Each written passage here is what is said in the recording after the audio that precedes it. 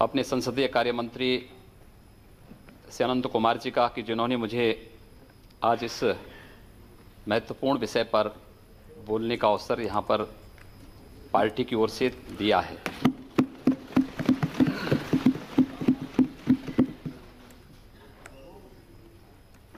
महोदया, जिन परिस्थितियों में श्री नरेंद्र मोदी जी के नेतृत्व की सरकार को इस देश के अंदर सत्ता प्राप्त हुई थी, एक लड़खड़ाई हुई अर्थव्यवस्था,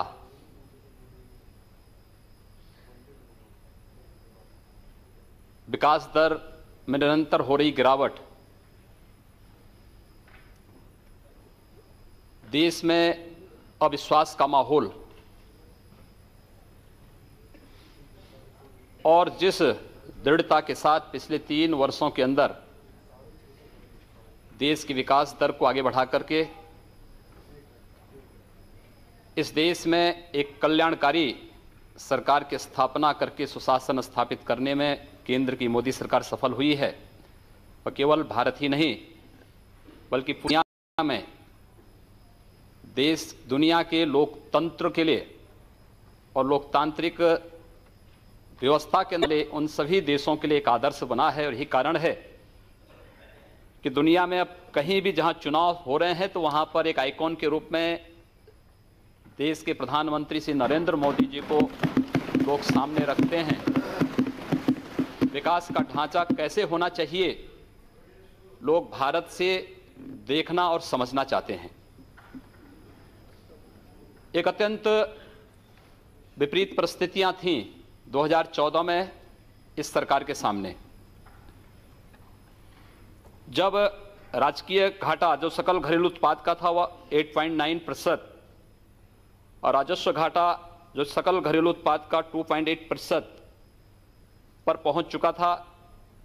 मुद्रास्फीति की दर 11.2% और सकल घरेलू उत्पाद का जो चालू खाता था वो 4.6% तक पहुंच चुका था। उन स्थितियों में सत्ता संभाली थी देश के यशस्वी प्रधानमंत्री के रूप में श्री नरेंद्र मोदी जी ने।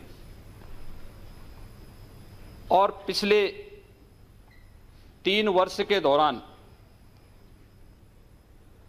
इस सरकार ने देश के विकास दर को 8 से 8.5% तक ले जाने में सफलता प्राप्त की है।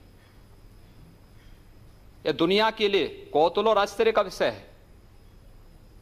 विमुद्रीकरण की घटना पर दुनिया ये देखना चाहती थी कि आखिर इसके परिणाम क्या होंगे। उसके बावजूद देश की विकास दर 7.9% से ऊपर जा रही है। यह भारत जैसे उभरती हुई अर्थव्यवस्था दुनिया में आश्चर्य और कौतूहल का विषय है। और इस दृष्टि से मैं अभिनंदन करता हूं माननीय वित्त मंत्री जी का कि जिन्होंने सफलतापूर्वक देश की अर्थव्यवस्था में एक नई जान फूंकी है।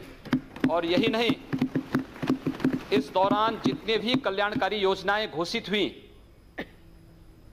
मैं खास तौर पर कहना चाहता हूं उन मुद्दों पर जो लोग इससे पहले कहते थे।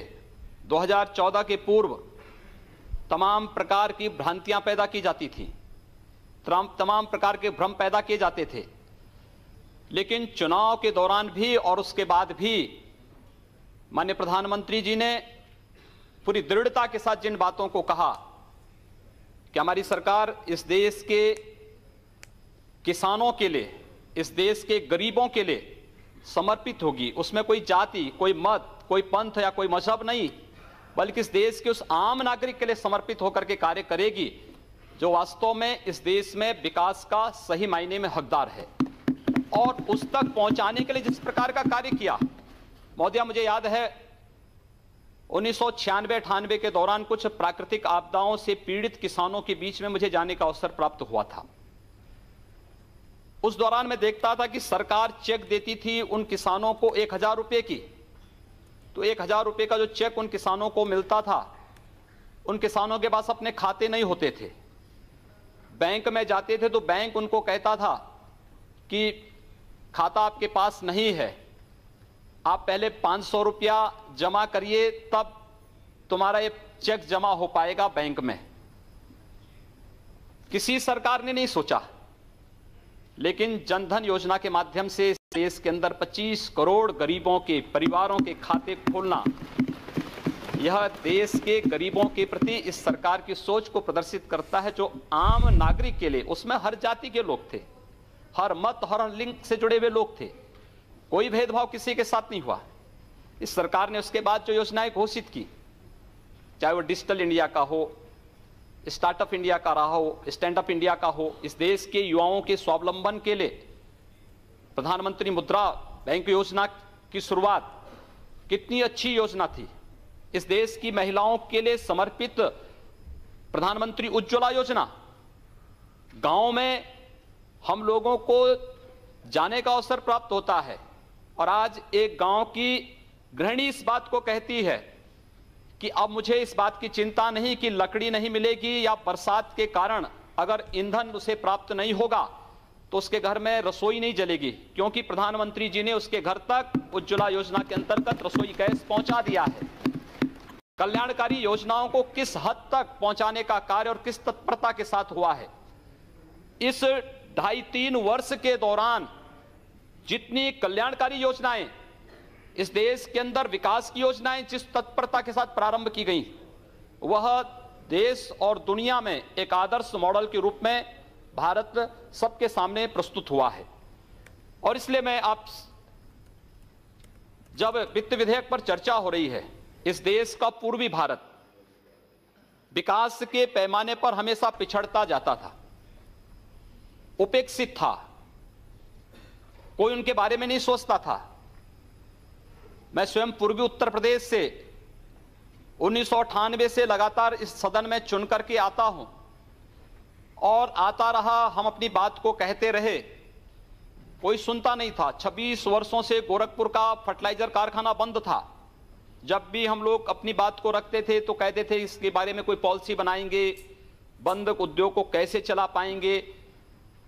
लेकिन मैं धन्यवाद दूंगा और आभारी हूं माननीय प्रधानमंत्री जी का, 26 वर्षों से बंद उस गोरखपुर के फर्टिलाइजर कारखाने को न केवल माननीय प्रधानमंत्री जी ने पिछले वर्ष जाकर के शिलान्यास किया है, वहां पर कार्य भी प्रारंभ हो गया है, और 2019 से पहले गोरखपुर में, बरौनी में, सिंदरी में नए फर्टिलाइजर कारखाना स्थापित होकर के खाद उत्पादन का कार्य, उर्वरक उत्पादन का कार्य प्रारंभ भी हो जाएगा। पूर्वी उत्तर प्रदेश में मैं इस सदन में लगातार चिल्लाता था, उत्तर प्रदेश के 34 जिले इंसेफ्लाइटिस से पीड़ित थे, मासूम बच्चे मरते थे। आश्चर्य होता है मुझे इस बात पर कि जो लोग बार बार इस बात को कहते थे, दलितों की बात करते थे, अल्पसंख्यकों की बात करते थे, अधिकतर मरने वाले बच्चे दलित और अल्पसंख्यक समुदाय के थे, 90% बच्चे उस समुदाय के थे, लेकिन उनकी पीड़ा को कभी किसी के द्वारा यहां पर सहानुभूति दिखाने का प्रयास नहीं हुआ। माननीय प्रधानमंत्री जी ने गोरखपुर को एम्स दिया, और एम्स जैसा चिकित्सा संस्थान गोरखपुर में आज कार्य उसका प्रारंभ हो रहा है। देश के अंदर बुनियादी ढांचे का विकास कैसे होना चाहिए, यह मॉडल देश के अंदर प्रधानमंत्री ग्रामीण सड़क योजना के माध्यम से हमारे आदरणीय नेता पूर्व प्रधानमंत्री से अटल बिहारी वाजपेयी जी ने तो प्रारंभ किया था। इस देश के अंदर अंतर्राष्ट्रीय मानक के 4 लेन और 6 लेन के एक्सप्रेसवे बन सकते हैं, यह मॉडल उन्होंने इस देश को दिया। और आज जिस तेजी के साथ इस देश के अंदर कार्य प्रारंभ हुआ है, वह मुझे लगता है कि विकास का एक अद्भुत ढांचा जो भारत को दुनिया की एक महाशक्ति के रूप में स्थापित करने में महत्वपूर्ण भूमिका का निर्वाह कर सकता है। महोदय, मैं आभारी हूं कि इस सदन में 1998 से लेकर के अब तक मुझे बहुत कुछ जानने, सीखने, संसदीय प्रणाली के बारे में बहुत कुछ सीखने का अवसर मुझे यहां प्राप्त हुआ है। और उत्तर प्रदेश के बारे में, आज उत्तर प्रदेश का दायित्व मेरी पार्टी ने मुझे सौंपा है और मैं उत्तर प्रदेश में सेवा के लिए अपनी सेवाएं वहां प्रदान करने के लिए जा रहा हूं। लेकिन मुझे बड़े दुख के साथ कहना पड़ता है कि 2.5 वर्ष में 2.5 लाख करोड़ रुपए केंद्र की मोदी सरकार ने उत्तर प्रदेश को दिए, लेकिन इस दौरान मात्र 78,000 करोड़ रुपए ही उत्तर प्रदेश के अंदर व्यय हो पाए हैं, क्योंकि उनका कोई विकास का ढांचा नहीं था। और मुझे लगता है कि ये जो स्थितियां हैं उत्तर प्रदेश के अंदर, मिला जनादेश स्वतः उन लोगों को जिन लोगों ने विकास और लोक कल्याणकारी योजनाओं पर हमेशा प्रश्न चिन्ह लगाने का प्रयास किया है, उन लोगों पर एक तमाचा भी है। उत्तर प्रदेश का जनादेश इस बात को साबित करता है। मैं केवल अनुरोध करना चाहूंगा महोदय आप सबसे कि उत्तर प्रदेश के अंदर विकास का एक नया ढांचा, सबका साथ और सबके विकास की तर्ज पर अपने नेता आदरणीय प्रधानमंत्री श्री नरेंद्र मोदी जी के मार्गदर्शन में उत्तर प्रदेश के अंदर उत्तर प्रदेश की नई सरकार स्थापित करेगी। हम हर जाति, हर वर्ग और उत्तर प्रदेश के प्रत्येक नागरिक के विकास के लिए और उत्तर प्रदेश के प्रत्येक क्षेत्र के विकास के लिए हम लोग संकल्पित होकर के कार्य करेंगे। जो धनराशि अब तक खर्च नहीं हो पाई है, किन कारणों से खर्च नहीं हो पाई है, इन पर हम लोग प्रभावी ढंग से कार्य करने के दृष्टि से आज यहां पर उपस्थित हुए हैं।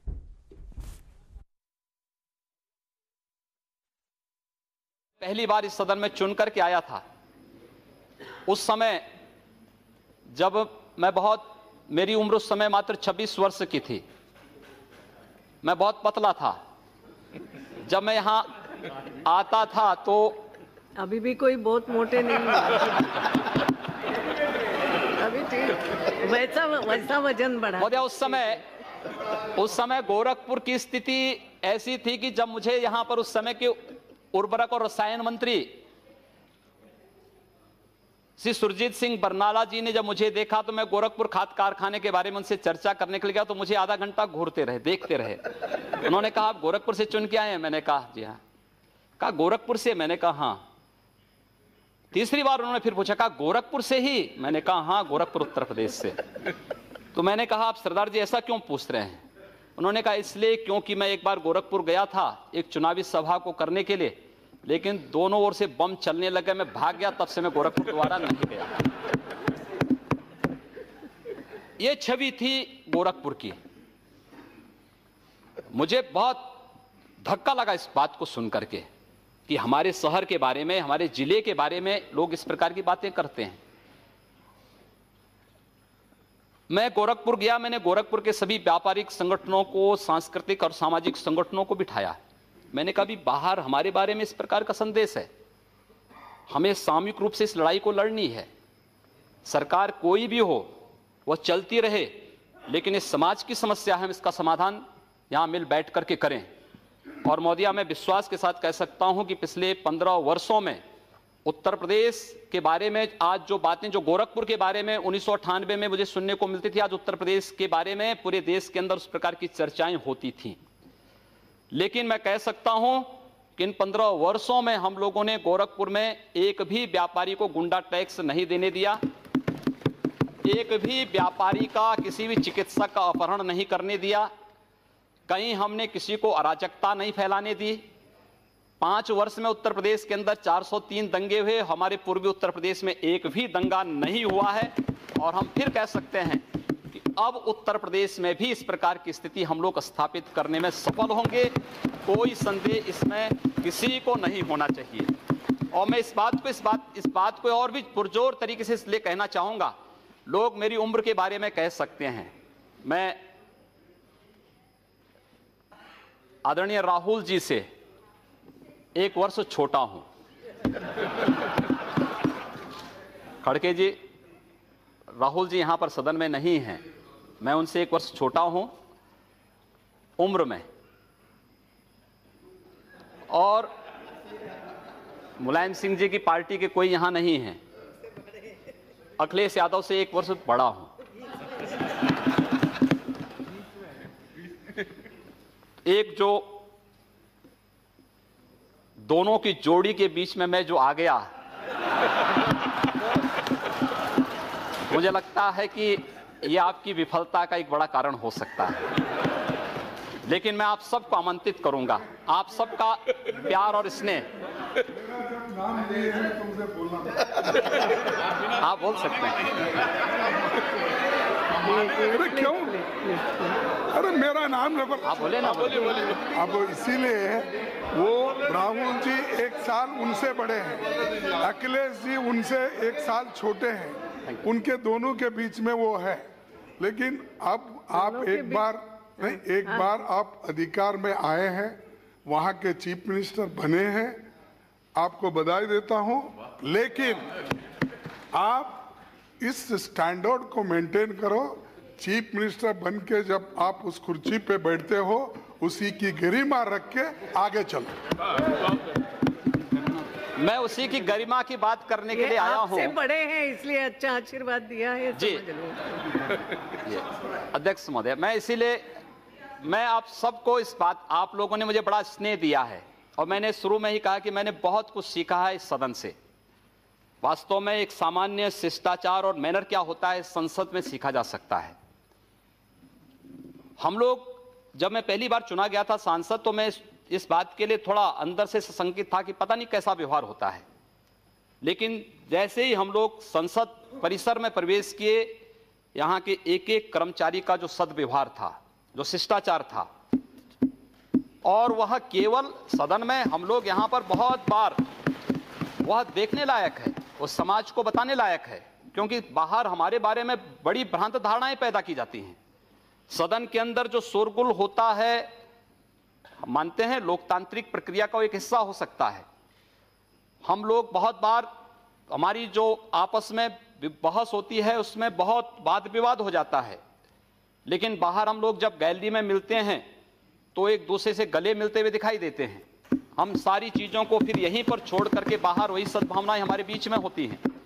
और मैं इस सब से, इसीलिए आप पूरे सदन से मैं इस बात को कहना चाहूँगा कि हमारी पार्टी ने, हमारे नेता ने मुझे जो दायित्व दिया है, मैं आप सबको आमंत्रित करूंगा उत्तर प्रदेश में।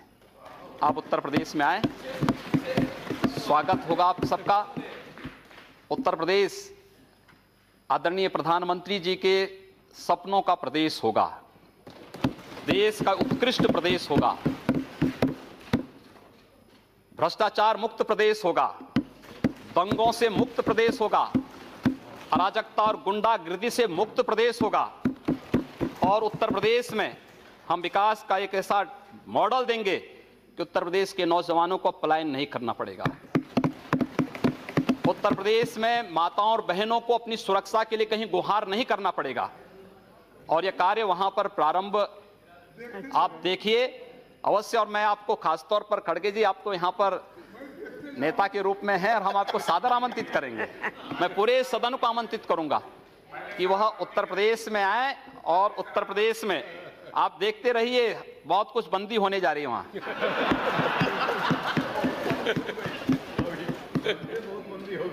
बहुत कुछ वहां पर बंद होने जा रहा है।